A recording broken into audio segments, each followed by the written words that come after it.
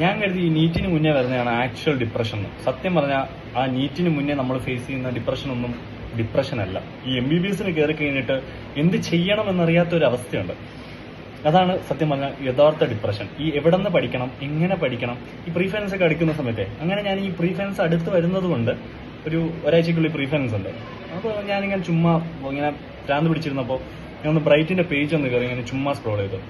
ഇന്ന് സൺഡേ അല്ലേ, സൺഡേ ഇതിനകത്ത് നീറ്റ് ആസ്പിറൻസ് ഒക്കെ ഇങ്ങനെ ലൈക്ക് അവർക്ക് ഫ്രീ കിട്ടുന്ന ദിവസം ആയതുകൊണ്ട് ഒന്ന് പാട്ടൊക്കെ പാടി ലൈക്ക് അവരൊന്ന് ചില്ല് ചെയ്യുന്ന ദിവസം, ഒരു ഈവനിങ് ടൈം, ഒരു 6 o'clock ആ ഒരു ടൈം. അപ്പൊ ഞാനിങ്ങനെ നോക്കിയപ്പോൾ കുറെ പിള്ളേർ ഇങ്ങനെ പാട്ടൊക്കെ പാടി അയച്ചിട്ടുണ്ട് കേട്ടോ. അപ്പൊ അതിൽ എനിക്ക് ഭയങ്കരമായിട്ട് ഈ ഒരു കുട്ടി അയച്ച പാട്ട് ഭയങ്കരമായിട്ട് ഇഷ്ടപ്പെട്ടു. അപ്പൊ അങ്ങനെ ഞാൻ അത് കേൾപ്പിച്ചല്ലോ കേട്ടോ.